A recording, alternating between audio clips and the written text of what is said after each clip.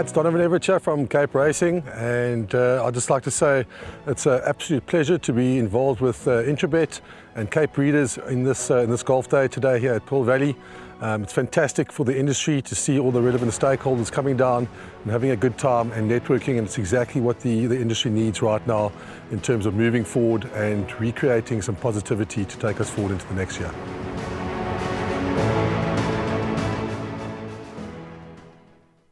On to race number 4, which will be the start of Jackpot 1. And this is over 1,400 meters. It's a merit-rated 90 handicap. Gold Circle's Horses to Follow podcast, and that must certainly be gaining in popularity. Horses to Follow on that podcast. It's over 1,400 meters, and the time to jot down there will be 14:25. That's 25 past 2. I think before we have a look at the field, and of course have a look at the form as well, we've got some reruns for you. It is Mr. FITZ and Go Man Go, and also interviews as well. Stuart Ferry and assistant trainer to Unreal and Platinum Racing, Byron Foster. Right-hand side, Mr. FITZ nowhere to go. Captain Fontaine starts to come forward. Williams Land, quick star. Captain Fontaine, the last 150 with fire in his eyes. The sky is the limit. Captain Fontaine, a flawless display. 1 by 2. Quick star second. Mr. FITZ, Guru's Pride, sniper shot, Williams Land. Go Man Go. Coming down to the 300 after the rain. Tonight's Fight Night's going to throw out the challenge with the blue cap. And Mashari's also trying to run on. After the rain, Mashari, tonight's Fight Night. Go Man Go on the inside. After the rain, though, kicks, but Go Man Go's a runner on the inside. After the rain from Go Man Go over the last 100, but it's going to go to After the Rain. After the rain from Go Man Go. Then tonight's Fight Night and Mashari.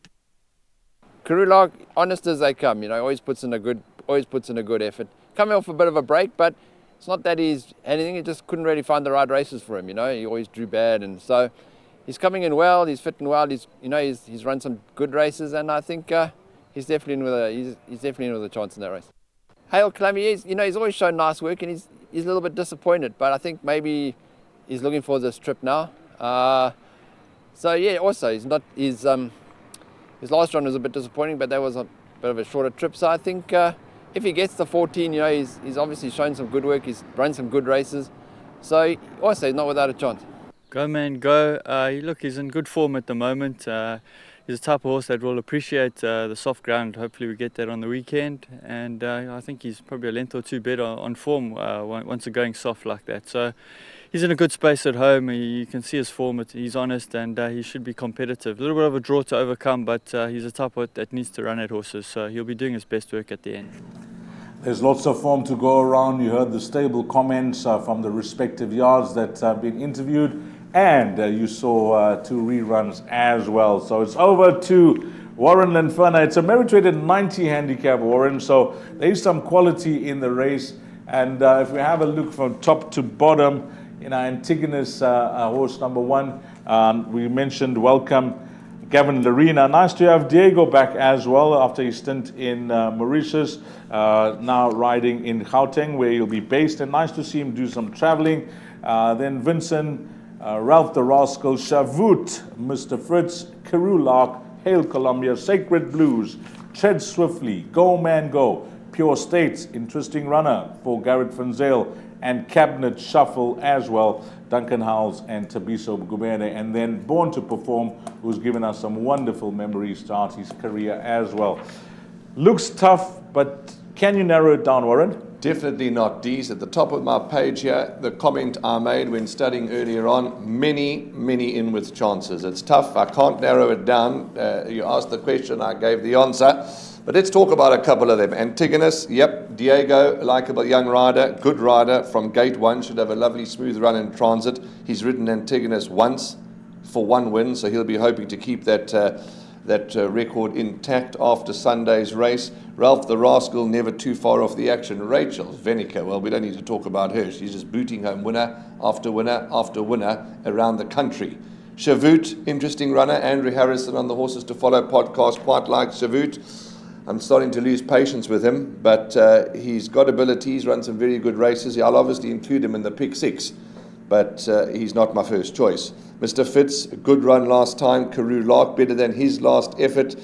Sacred Blues, tread swiftly, never too far off the action. Go Man Go for Andre Nel, drawn a bit deep, but as consistent as ever. Yes, you mentioned interesting runner, Pure State. Keep an eye on him. I suggest including him in the pick 6. He could go well. First time for the stable. Cabinet Shuffles only raced 8 times for 2 wins, and was a good effort behind Quasi for sure, who runs a little bit later on today when having to switch in twice this horse Cabinet Shuffle. And yes, Born to Perform, Warren Kennedy knows his every stride and his every movement, so expect a much better effort from Born to Perform. So after all is said and done, like you said for one of the earlier races, Dees, you haven't got a first 4, I haven't got a first 4, but we will obviously have a first 4 come race day. But it's tough. The only advice that I can give is include as many as you can, because I think we're going to be treated to a thrilling finish. It really is a difficult race.